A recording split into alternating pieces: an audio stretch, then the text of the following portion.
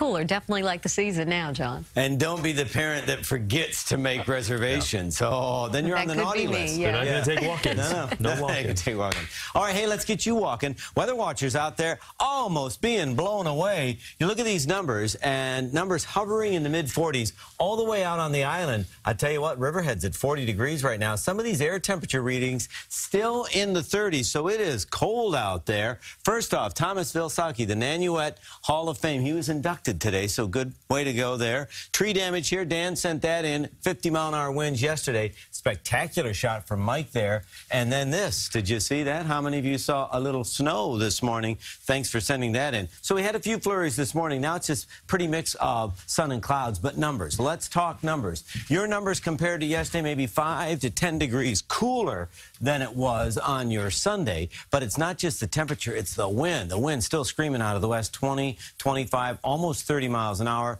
You do the math, the wind chill, even though the thermometer says 45 in the city, feels like 40. A lot of folks, wind chill still below freezing in the Hudson Valley. So we're below normal, shooting for 48. We'll never feel that warm. 77 and 20 are records for today, neither in jeopardy. Sun sets at 4:34, and it's a pretty mix of sun and clouds. Upstate, different story. Still, you have these narrow bands, very productive bands. Yeah, that lake-enhanced snow. Let's see what the models are hinting at. We'll see a relatively quiet but windy afternoon into your Tuesday, more sun and warmer. Timing out the next chance for rain, it's early Wednesday morning. If that's your getaway time, heading up north, you may run into some mixed precipitation. We have showers here.